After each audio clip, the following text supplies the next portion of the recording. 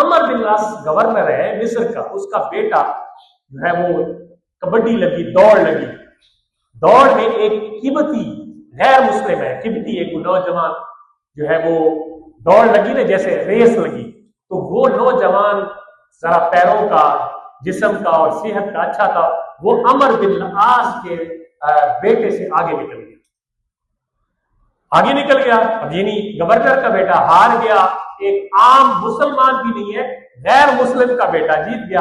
اس نے پکڑ کے جناب 2-4 لگا دی۔ تیری کیا ضرورت ہے، تو گورنر کے بیٹے سے آگے نکلتا ہے؟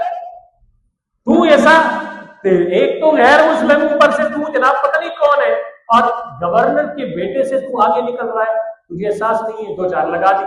جیسے ہی 2-4 لگائی نا، اب اس نے بھی تو سن رکھا تھا کہ مسلمانوں کا خلیفہ بڑا عادل ہے، وہاں سے اس نے سفر کیا، مدینہ پہنچا ہے، مدینہ میں آ کے اس نے شکایت لگا دی دربار فاروق میں کہ حضرت تم نے تو جو گورنر رکھے تھے وہ انصاف کوئی نہیں کرتے، اس کے بیٹے سے میرا مقابلہ ہوا، میں جیت گیا، اس نے مجھے 2-4 لگا دی، مجھے سزا دی۔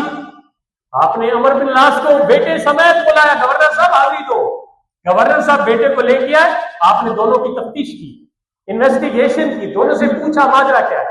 جب واضح ہو گیا، عیاں ہو گیا کہ زیادتی گورنر کے بیٹے، مسلمان گورنر، صحابی گورنر کے بیٹے کی ہے، تو آپ نے اس نوجوان کو جو غیر مسلم تھا اس کو فرمایا جتنی سزا اس نے تمہیں دی تھی اتنی ہی سزا تم میرے سامنے اس کو دو، اتنی سزا، اور اتنی سزا دلوائی اپنے سامنے گورنر کے بیٹے کو، اور وہ جو جس کو انصاف دلایا وہ مسلمان ہی نہیں تھا۔